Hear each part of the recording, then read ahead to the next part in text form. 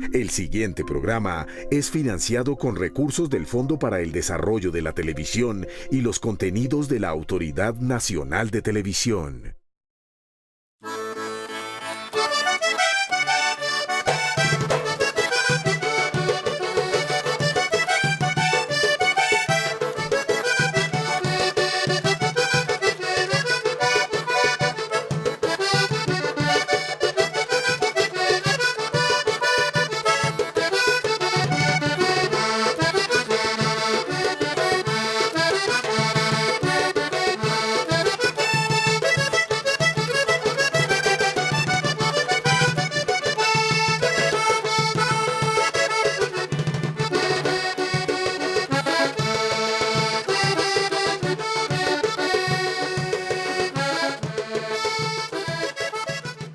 Hay una faceta en usted que no puedo dejar pasar y es la de su condición de amigo de sus amigos. Es tal vez una de las cosas que más destacan todos ellos en usted. Usted es de una generosidad sin límite con sus amigos. Yo quisiera preguntarle, ¿cómo conoció, en qué circunstancias a García Márquez, que es tal vez uno de sus mejores amigos? Primero quite usted el tal vez. Bueno. Gabo es un ser que yo quiero profundamente. Con el que me une una amistad que se tiene ya más de 40 años, una amistad, siempre lo he dicho, una amistad no solo sin sombra, sino cada vez más rica y cada vez más conmovedora. ¿Cómo lo conocí? Es una historia que voy a tratar de contarle en forma corta, porque si no vamos a tomar el tiempo de los oyentes en forma un tanto abusiva. Un día me enteré, trabajaba yo como jefe de Relaciones Públicas de Lanza, y me enteré que Gonzalo Mayarino, hermano de mi gran amigo Víctor Mayarino, no conocía el mar. Entonces le dije, vas a conocer el mar hoy mismo. Lo subí a un avión de Lanza y nos fuimos a Cartagena. Le dije, ahí está el mar. Se hizo de noche y me dijo, aquí vive un amigo mío, autor de unos cuentos que a usted le han gustado mucho, se llama Gabriel García Márquez, vamos a buscarlo, trabaja en el Universal. Fuimos a las oficinas del Universal, no estaba, le dejamos un recado, nos fuimos a la pensión Tulipán de Tulita Martínez Martelo en Boca Grande y nos sentamos allí. Llegó la noche y empezó un viento, una tempestad brutal, las palmeras llegaban casi hasta el suelo, caían los cocos como bombas, y en medio de esa tempestad maravillosa apareció Gabo con unos grandes ojos abiertos, pálido, delgado, profundamente delgado, y dijo lo siguiente, dijo, ajá, ¿qué es la vaina? Ahí comenzamos a conversar y ese diálogo no se ha suspendido. Yo no puedo decir más sobre la amistad con García Márquez. Hemos compartido tanta cosa maravillosa, tanta cosa triste, tanta cosa importante, que realmente para relatarla tendría que sentarme a escribir mi vida y la vida de él. Y esa no es nuestra función. Los dos tenemos mucho que hacer. Con eso lo dice todo, maestro. A continuación, las palabras del maestro Gabriel García Márquez.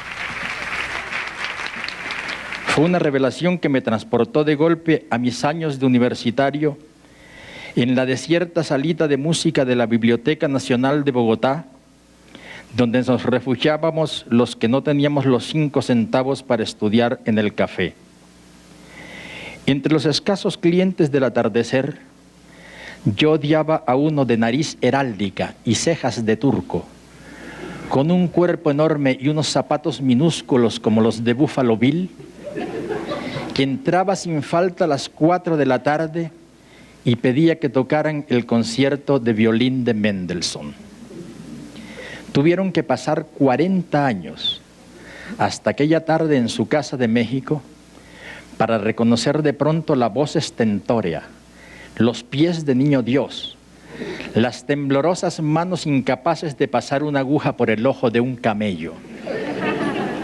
Carajo, le dije derrotado, de modo que eras tú.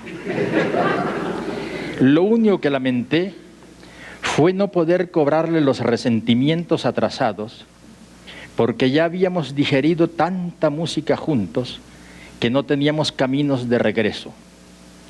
De modo que seguimos de amigos, muy a pesar del abismo insondable que se abre en el centro de su vasta cultura y que ha de separarnos para siempre, su insensibilidad para el bolero. Álvaro había sufrido ya los muchos riesgos de sus oficios raros e innumerables.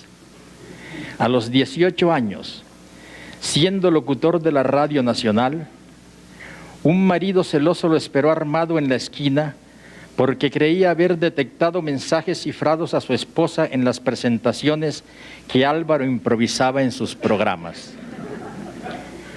En otra ocasión, durante un acto solemne en este mismo Palacio Presidencial, confundió y trastrocó los nombres de los dos Lleras mayores.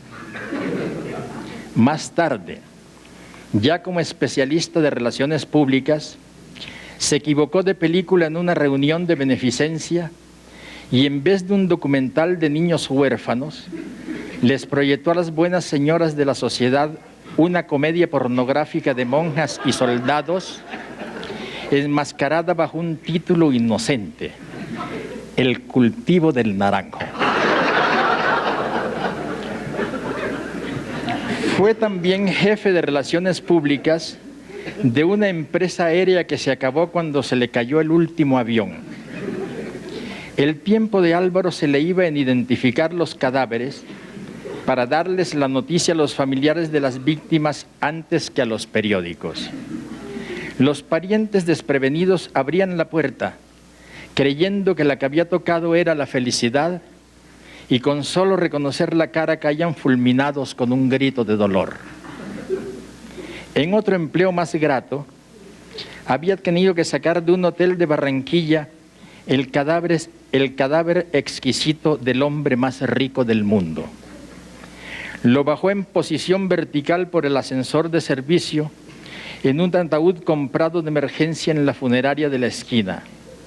Al camarero que le preguntó quién iba dentro, le dijo: el señor obispo.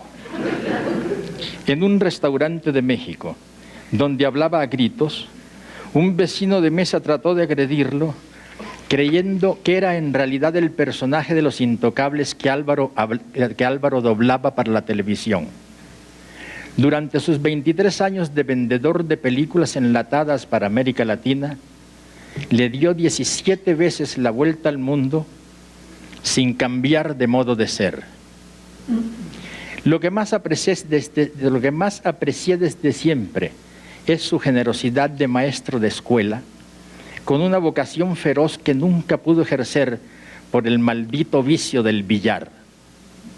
Ningún escritor que yo conozca se ocupa tanto como él de los otros, y en especial de los más jóvenes.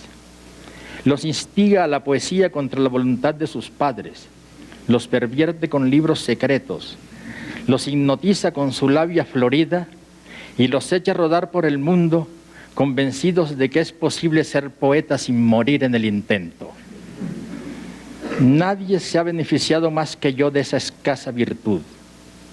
Ya conté alguna vez que Álvaro fue quien me llevó mi primer ejemplar de Pedro Páramo y me dijo: ahí tiene para que aprenda.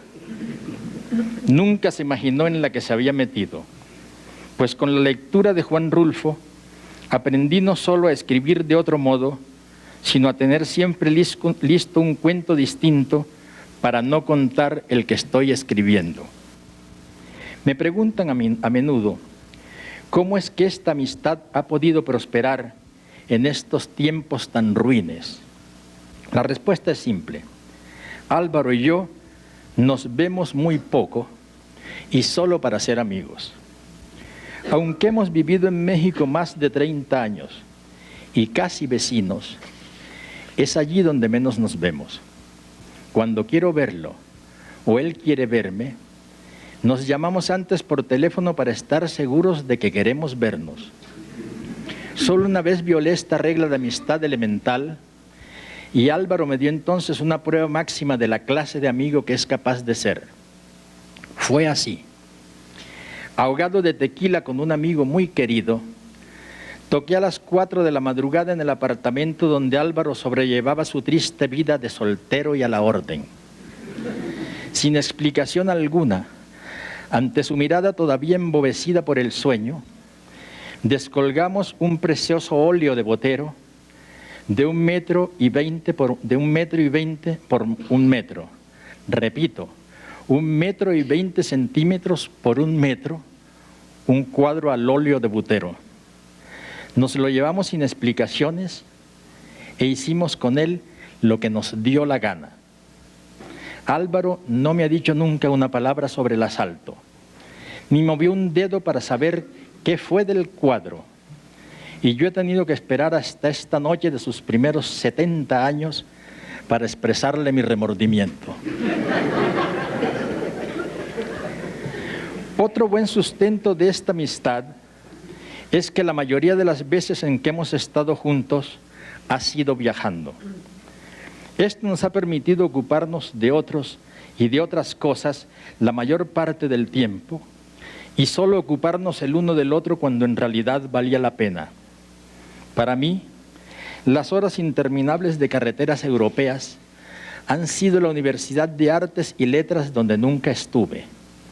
De Barcelona a Aix-en-Provence aprendí más de 300 kilómetros sobre los cátaros y los papas de Aviñón. Así en Alejandría como en Florencia, en Nápoles como en Beirut, en Egipto como en Buenos Aires. Sin embargo, la enseñanza más enigmática de aquellos viajes frenéticos fue a través de la campiña belga, enrarecida por la bruma de octubre y por el olor de caca humana de los barbechos recién abonados. Álvaro había manejado durante más de 3 horas y aunque nadie lo crea, en absoluto silencio. De pronto dijo: país de grandes ciclistas y cazadores. Nunca nos explicó qué quiso decir, pero nos confesó que él lleva dentro un bobo gigantesco, peludo y babeante, que en sus momentos de descuido suelta frases como aquella: aún en las visitas más propias y hasta en los palacios presidenciales, y él tiene que mantenerlo a raya mientras escribe, porque el bobo se vuelve loco y se sacude y patalea por las ansias de corregirle los libros. Con todo, los mejores recuerdos de esa escuela errante no han sido las clases, sino los recreos. En París, esperando que las señoras acabaran de comprar, Álvaro se sentó en las gradas de una cafetería de moda, torció la cabeza hacia el cielo, puso los ojos en blanco y extendió su trémula mano de mendigo. Un caballero impecable le dijo con la típica acidez francesa: es un descaro pedir limosna con semejante suéter de cashmere. Pero le dio un franco y en menos de 15 minutos recogió 40. En Roma, en casa de Francesco Rossi, hipnotizó a Fellini, a Mónica Vitti, a Ali Davale, a Alberto Moravia, a la flor innata del cine y de las letras italianas, y los mantuvo en vilo durante horas contándole sus historias truculentas del Quindío en un italiano inventado por él y sin una sola palabra de italiano. En un bar de Barcelona recitó un poema con la voz y el desaliento de Pablo Neruda, y alguien que había escuchado a Neruda en persona le pidió un autógrafo creyendo que era él. Un verso suyo me había inquietado desde que lo leí. Ahora que sé que nunca conoceré Estambul. Un verso extraño en un monárquico insalvable que nunca había dicho Estambul sino Bizancio, como no decía Leningrado sino San Petersburgo, mucho antes de que la historia le diera la razón. No sé por qué tuve el presagio de que debíamos exorcizar aquel verso conociendo Estambul, de modo que lo convencí de que nos fuéramos en un barco lento, como debe ser cuando uno desafía el destino.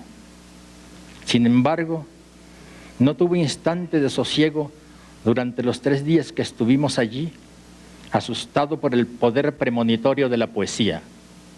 Solo hoy, cuando Álvaro es un anciano de 70 años y yo un niño de 66, me atrevo a decir que no lo hice por derrotar un verso, sino por contrariar a la muerte.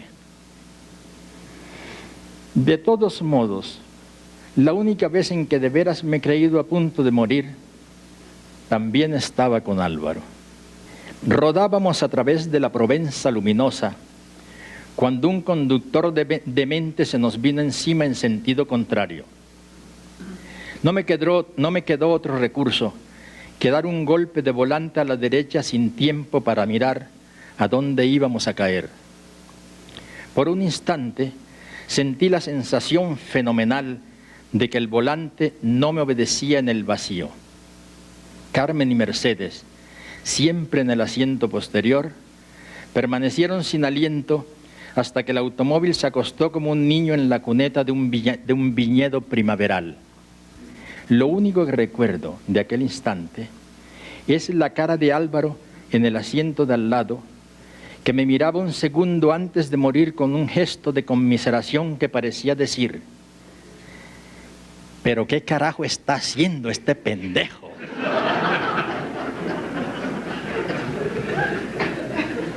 Estos exabruptos que nos sorprenden menos a quienes conocimos y padecimos a su madre,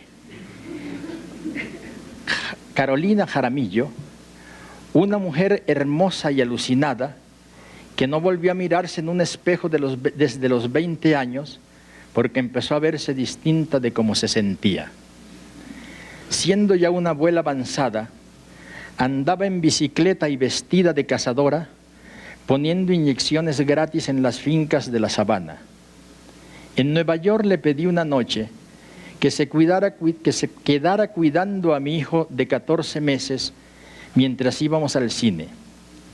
Ella nos advirtió con toda seriedad que tuviéramos cuidado, porque en Manizales había hecho el mismo favor con un niño que no paraba de llorar y tuvo que callarlo con un dulce de moras envenenadas. A pesar de eso, se lo encomendamos otro día en los almacenes Macy's y cuando regresamos la encontramos sola. Mientras los servicios de seguridad buscaban al niño, ella trató de consolarnos con la misma serenidad tenebrosa de su hijo. No se preocupen, también Alvarito se me perdió en Bruselas cuando tenía 7 años y ahora vean lo bien que le va. Por supuesto que le iba bien. Por supuesto que le iba bien si era una versión culta y magnificada de ella y conocido en medio planeta no tanto por su poesía como por ser el hombre más simpático del mundo. Por donde quiera que pasaba, iba dejando el rastro inolvidable de sus exageraciones frenéticas, de sus comilonas suicidas, de sus abruptos geniales. Solo quienes lo conocemos y lo queremos más, sabemos que no son más que aspavientos para asustar a sus fantasmas. Nadie puede imaginarse cuál es el altísimo precio que paga Álvaro Mutis por la desgracia de ser tan simpático. Lo he visto tendido en un sofá, en la penumbra de su estudio, con un guayabo de conciencia que no le envidiaría a ninguno de sus felices auditores de la noche anterior. Por fortuna, esa soledad incurable es la otra madre a la que debe su inmensa sabiduría, su descomunal capacidad de lectura, su curiosidad infinita y la hermosura quimérica y la desolación interminable de su poesía. Lo he visto escondido del mundo en las sinfonías paquidérmicas de Bruckner como si fueran divertimentos de Scarlatti. Lo he visto en un rincón apartado de un jardín de Cuernavaca durante unas largas vacaciones, fugitivo de la realidad por el bosque encantado de las obras completas de Balzac. Cada cierto tiempo, como quien va a ver una película de vaqueros, relee de una tirada toda la búsqueda del tiempo perdido. Pues una buena condición para que lea un libro es que no tenga menos de 1200 páginas. En la cárcel de México, a donde estuvo por un delito de que disfrutamos muchos editores, muchos artistas y escritores, y que solo él pagó, permaneció los 16 meses que él considera los más felices de su vida. Siempre pensé que la lentitud de su creación era causada por sus oficios tiránicos. Pensé además que estaba agravado por el desastre de su caligrafía, que parece hecha con pluma de ganso y por el ganso mismo, y cuyos trazos de vampiro harían aullar de pavor a los mastines en la niebla de Transilvania. Él me dijo cuando se lo dije, hace muchos años, que tan pronto como se jubilara de sus galeras, iba a ponerse al día con sus libros. Que haya sido así, y que haya saltado sin paracaídas de sus aviones eternos a la tierra firme de una gloria abundante y merecida, es uno de los grandes milagros de nuestras letras. 8 libros en 6 años. Basta leer una sola página de cualquiera de ellos para entenderlo todo. La obra completa de Álvaro, su vida misma, son las de un vidente que sabe a ciencia cierta que nunca volveremos a encontrar el paraíso perdido. Es decir, Macrol no es solo él, como con tanta facilidad se dice. Macrol somos todos y por eso no puede morir. Quedémonos con esta azarosa conclusión, quienes hemos venido esta noche a cumplir con Álvaro estos 70 años de todos, por primera vez sin falsos pudores, sin mentadas de madre por miedo de llorar, y solo para decirle con todo el corazón cuánto lo admiramos, carajo, y cuánto lo queremos.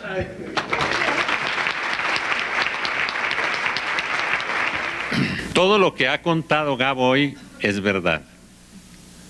Lo que tampoco contó también es verdad. Podría aumentarse hasta dar un volumen, como le sugería algún amigo hace poco. Espero que no aparezca, por Dios, porque ese volumen sí sería el final de Macrol. Respecto a algo que el señor presidente dijo, desde luego yo jamás le he comentado a Macrol estos honores que voy ganando en nombre suyo. Sería para él no una sorpresa, sencillamente dejaría de tratarme y le contaría sus cuentos a Gabo y ahí sí estaría yo perdido. Muchas gracias.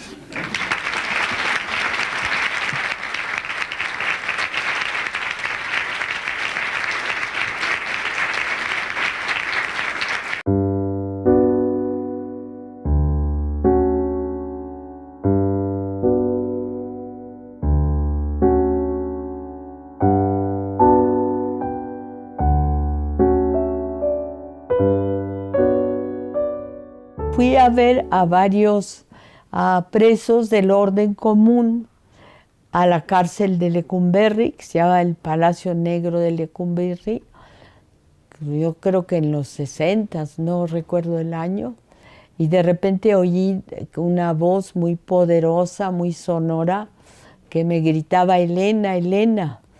La cárcel es como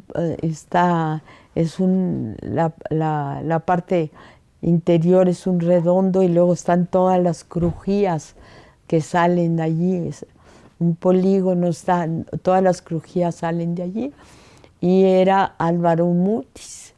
Yo no había tenido mucha amistad con él, solo sabía que en las fiestas era él el centro de las fiestas, que hacía imitaciones de Pablo Neruda y de todos los grandes de América Latina, en fin, se burlaba un poco de todos los intelectuales, y que era amigo de Gabo, y así lo conocí. Y entonces ya me pidió que le trajera los libros de Proust, de Marcel Proust, de la Pléiade.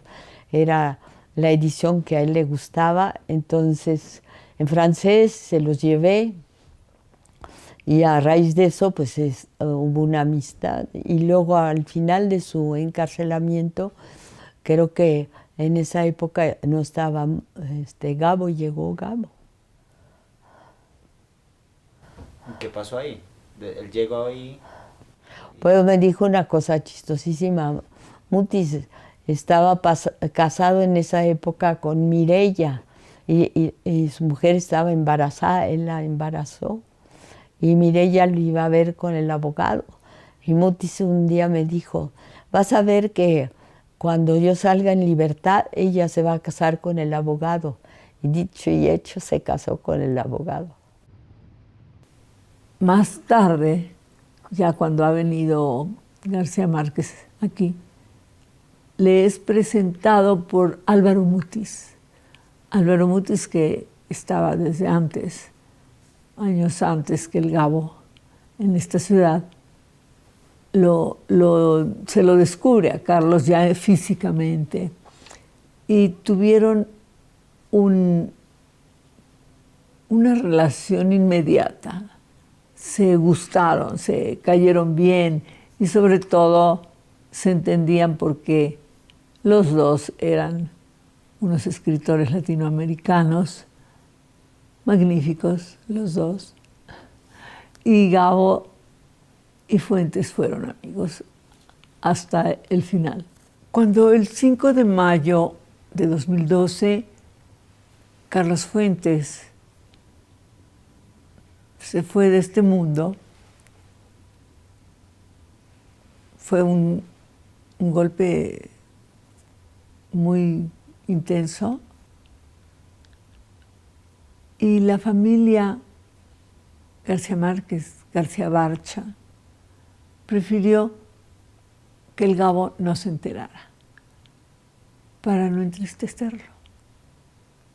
Lo que siempre fue muy conmovedor a lo largo de la vida fue el amor que le tuvo Carlos Fuentes a Gabo toda la vida, porque cuando Fuentes dijo el hecho de que le hayan dado el Nobel a Gabo es como si me lo hubieran dado a mí, es verdad, no es una frase. De veras, yo creo que él sintió eso, que él ya había recibido el Nobel a través de Gabo. Aunque después Gabo, cuando yo fui a Suecia a alguna conferencia, me dijo, ay, seguro vas a ver a uno de los jueces, no puedo decir su nombre, a uno de los jueces del Nobel, y dile de Fuentes, dile de Fuentes. Y entonces sí, así lo hice, con pena, porque yo no tengo ese estilo. Y me dijo, pues sí, pero nunca, pues finalmente Fuentes sí lo obtuvo cuando se lo dieron a Gabo. Carlos Fuentes, es el gran amigo, es una relación que hay que explorar y ojalá algún escritor escribiera un libro sobre esa gran amistad y esa gran relación entre dos personas que se encontraron y vivieron una aventura cultural y literaria común. Como también habría que escribir esa gran amistad casi de hermanos, donde no se hablaba mucho ni de política, porque las ideas políticas de los dos son distintas, entre Álvaro Mutis y García Márquez. Es curioso que entre ellos nunca se alababan ni comentaban nada de sus novelas, no se decían ningún elogio. Y recuerdo que en una ocasión Gabo me comentó, he leído recientemente Aura y también Los años con Laura Díaz, y tu marido es un gran escritor. Y es curioso porque él me lo dijo a mí, obviamente porque yo se lo iba a repetir, a comentar a Fuentes, y eso te indica qué pudor tenían ellos en no estarse alabando el uno al otro, pero se reconocían y sabían cómo hacerlo para que el amigo se enterara de lo que él pensaba sin decírselo directamente a él.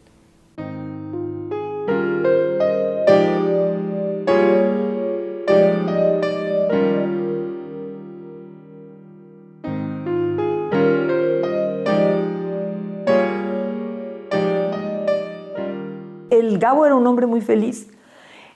Fíjate que ahí hay una prueba grande de que no es verdad que tengas que tener una infancia infeliz para ser un buen escritor. El Gabo tuvo una infancia muy feliz, lo sabemos todos, se veía en el modo en que vivió. Gabo sonreía con mucha facilidad, decía cosas así como llenas de luz, llenas de alegría, como si él estuviera todo rodeado de pájaros, ¿no? Bueno, más bien podría decir de mariposas amarillas, todo el mundo dice eso ahora. El rasgo persistente de García Márquez en mi memoria es el de un hombre absolutamente tocado por la gracia. Gabo nunca hablaba mal de nadie, nunca. Y me lo acuerdo una vez en que andábamos criticando en una cena y dijo, tanta gente, tan inteligente y tan privilegiada, hablando tan mal de otra gente, nos dijo. Y todos quedamos ecos, sí es cierto, Gabo, no, estábamos criticando, pero él no criticaba. Recuerdo una frase que repetía en las comidas cuando tocábamos a alguna persona que era amiga de él o era amiga nuestra y queríamos hacer de raja contra él. Decía, delante de mí no se habla mal de un amigo. Y punto. Con eso se acababa la discusión y entendíamos perfectamente de que teníamos que pasar a otra cosa.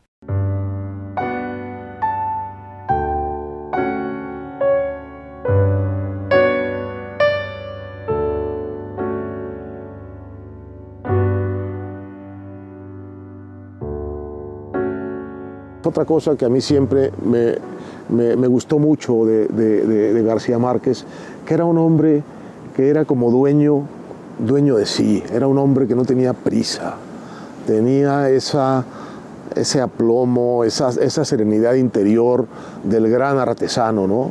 Dice un dicho tolteca, el prehispánico mexicano, el artista todo lo saca de su corazón, obra con tiento, con cuidado. Pues así tengo la impresión de que escribía García Márquez, nunca lo vi escribir, pero así desde luego dedicaba cada uno de sus libros, haciendo una y otra vez la misma flor, poniendo algo, el nombre, hay gente que no conocía que le estaba pidiendo, y su firma inconfundible. Siempre fue muy amable con todas las personas. Era bondadoso, generoso, siempre estaba dispuesto a que se acercaran, le trajeran sus novelas, sus libros, y él los firmaba y además agregaba una flor. Así era el Gabo. Nunca se negó, solo una vez, a firmar un libro, a dejarse fotografiar. Una vez una muchacha le llevó un libro, Gabo lo abrió, le dijo, no se lo puedo firmar. Yo, ¿por qué? Porque es pirata. Se lo devolvió. La muchacha se fue muy triste, se fue. Y Gabo se paró, fue a una librería cercana, compró el mismo libro, lo firmó y la llamó. Dijo, aquí tienes, este no es pirata. Pero sí sé de otro caso en que sí firmó un libro pirata, pintando al pirata ahí. ¿Ah, sí? Sí. No sé si lo firmó o no, pero pintó el pirata. Le preguntaron por qué, no, porque el libro es pirata. Carmen Balcel tiene una colección de piratas, claro. Era un alboroto. Cuando lo veían ya, porque salía del elevador, ya lo perseguían la gente con los libros, maestro, por favor, hasta que entraba, ¿verdad? Y luego tenía ahí afuera gente esperándolo, sea para firmar el libro, para tomarse la foto. Siempre estuvo muy amable, muy cortés, y a todo mundo le decía que sí, muy contento siempre el hombre. Y bueno, el premio Nobel de Literatura le llamaba la atención a mucha gente porque imposible verlo fácilmente en otro lado. Y aquí luego llegaban, había una librería aquí en Plazaín, y la señora ya sabía, entonces tenía siempre una buena cantidad de libros del maestro, porque sabía que el maestro venía para acá y le iban a pedir los libros, cual fuera. La cosa era que lo tuviera y se lo autografiara. El maestro siempre fue accesible a eso. Los demás clientes encantados y algunos inclusive, permítanme tantito, voy a comprar el libro, e inclusive hasta una foto con ellos. Siempre fue muy amable, muy cortés.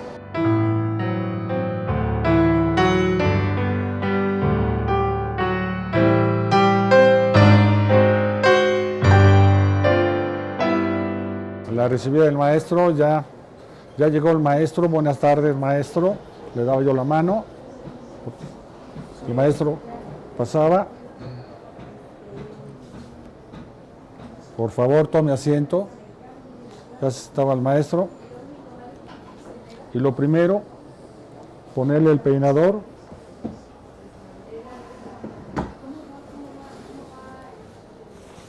Ponerle el peinador. Recostarlo. Y empezarle a enjabonar la barba para rasurarlo. 20 minutos. Posteriormente, el corte del cabello.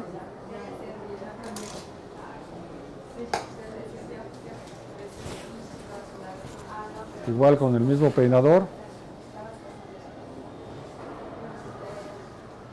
Y empezar mojándole el cabello y cortarle el cabello. Le gustaba el cabello un poco largo, que se viera natural, que no se viera recién salido de la peluquería. ¿Y esa era la silla siempre?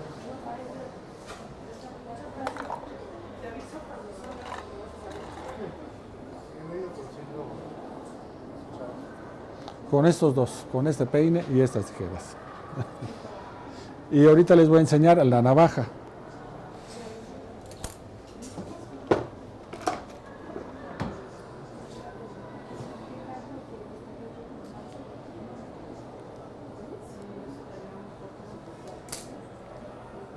Instrumentos básicos, sencillos, pero muy útiles. Maestro, una vez terminado, igual, lo mismo. Por supuesto, pagaba y ya se iba. Gabo tenía algo que, incluso después de tener el Nobel, que no tienen otros. Te decía, oye, ¿cómo ves este pantalón que traigo puesto? ¿Tú crees que está bien? Le digo, claro, Gabo, está bien, te queda muy bien. ¿Pero tú crees que me compre otro? Le digo, sí, pues cómprate dos. Dice, es que no sé si comprarme otro. Entonces le decía, no, Gabo, no te preocupes, te queda perfecto ese pantalón. Entonces te daba mucho, sentías muchísimo cariño por él, porque te hablaba de cosas así como caseras, como muy accesibles, no te empezaba a perorar, nunca fue alguien así que te dijera cosas guacata, así muy importantes. La admiración por las grandes figuras populares siempre lo acompañó. Recuerdo cuando conoció a tal vez la más grande bailarina exótica que ha tenido América Latina y por supuesto México, bailaba tahitiano, Yolanda Montes, mejor conocida como Tongolele, y que llena toda una época en la vida del espectáculo en México. Eran amigos. Y una de las últimas cenas en que Mercedes organizó en un restaurante, después de una exposición en el Museo de Carlos Monsiváis, fue precisamente con Tongolele. ¿Qué le quiero decir con esto? Que abarcaba todo. No solo era un escritor, alguien que gustaba de la política, que gustaba del cine, sino que gustaba de la amistad y gustaba también de lo popular. Si alguien conocía de entre todos mis amigos colombianos que residían en México, si alguien conocía y admiraba y sabía bien sobre lo que era lo popular, era Gabo. Una vez en el Auditorio Nacional fuimos a oír a Sabina. Y Sabina dijo que él tenía amigos y que bla, bla, bla, y que quería muchísimo, pero que al Gabo lo quería por sobre todas las cosas y que ahí estaba. Entonces todo el Auditorio Nacional, en el que caben 10,000 personas, se levantó a aplaudirle al Gabo. Y el Gabo, estábamos en un palco y el Gabo se asomó muy apenado a saludar, ¿no? Y ya, y se volvió a sentar y otra vez volvió a saludar muy apenado. Que yo sabía que esas cosas le daban alegría, pero él no las hubiera propiciado. Le pasaban.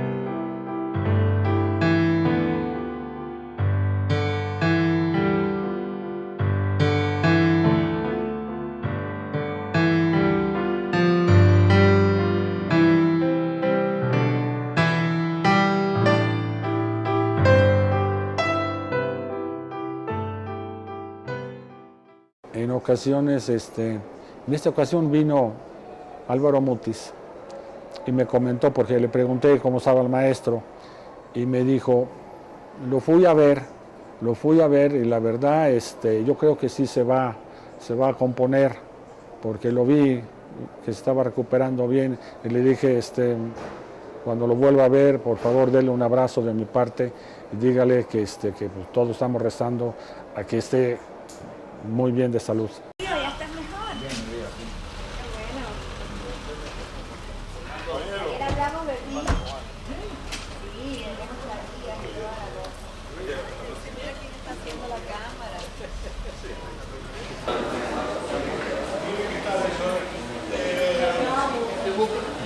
¿Quién está en el bebé? Está bien, está bien, está bien.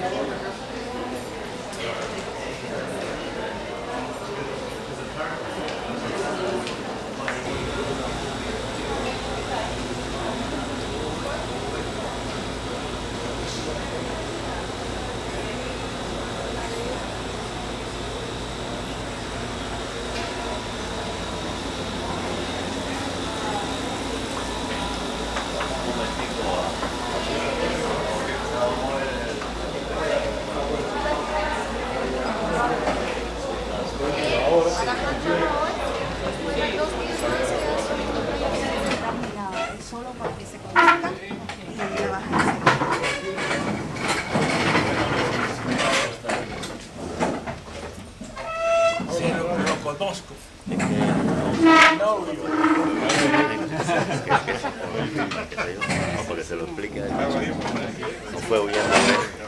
Yo me di cuenta de que Gabo andaba mal cuando fui hace como 5 años a Cartagena y me llevó al estudio. Y en el estudio vi que no había computador. La última vez que yo estuve, hace 2 años, Mutis me dio un almuerzo en su casa. Y yo iba con Gabo y lo llevaba del brazo, íbamos subiendo la escalera y se detuvo en la mitad de la escalera y me dijo, ¿yo por qué conozco esta casa? Y dije, porque es la casa de Mutis, tu mejor amigo. Y yo, ah, claro. Después nos sentamos a almorzar y Gabo me hizo señas, fui y dijo, quiero que me acompañes al baño. Llegamos al baño, en la puerta del baño hay un retrato grande de Proust. Me dijo, ¿yo por qué conozco este baño? Dijo, que es el baño de la casa de Mutis, tu mejor amigo. Dijo, ah, claro. Sí, la memoria estaba ya muy tremenda. Sí.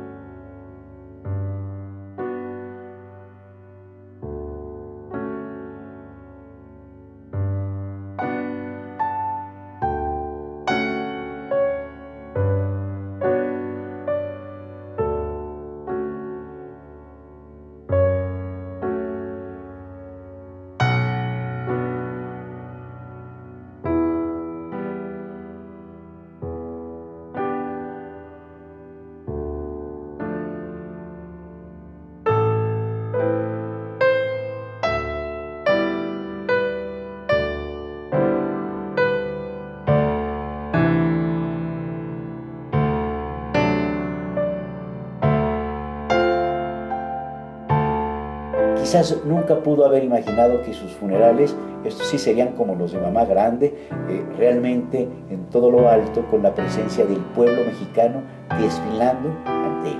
Si se hubiese permanecido más tiempo en ese recinto, habría sin duda una lista adicional de personas. Fueron horas, muchas horas. Creo que es algo que pudo haberle sucedido en Bogotá, que pudo haberle sucedido en Cartagena de Indias, pero sucedió aquí en México. Y eso, pues creo que también lo hace profundamente mexicano. Lo que más me conmovió fue ver algo que no vi en Colombia, que todas las banderas de Ciudad de México estaban a media asta por él. Su pérdida fue una de las pérdidas que más ha sentido México. Lo sintió como si fuera mexicano. Y con toda razón, porque aquí fue donde escribió la mayor parte de su obra y donde residió la mayor parte de sus años, y porque se supo integrar a la cuestión mexicana, al modo de vida y al tonito, llamémoslo así, al sentir mexicano. Esto no hubiera sido posible con otros escritores que han muerto, han sido famosos, y sin embargo la gente no los recuerda con cariño. Aquí cuando murió me gustó muchísimo que echaron con no sé con qué, con una aspiradora, o más bien echaron miles de papelitos de amarillos de papel de China, delgaditos, en todo Bellas Artes. Eso fue precioso, en toda la plaza, para recordar a Gabo.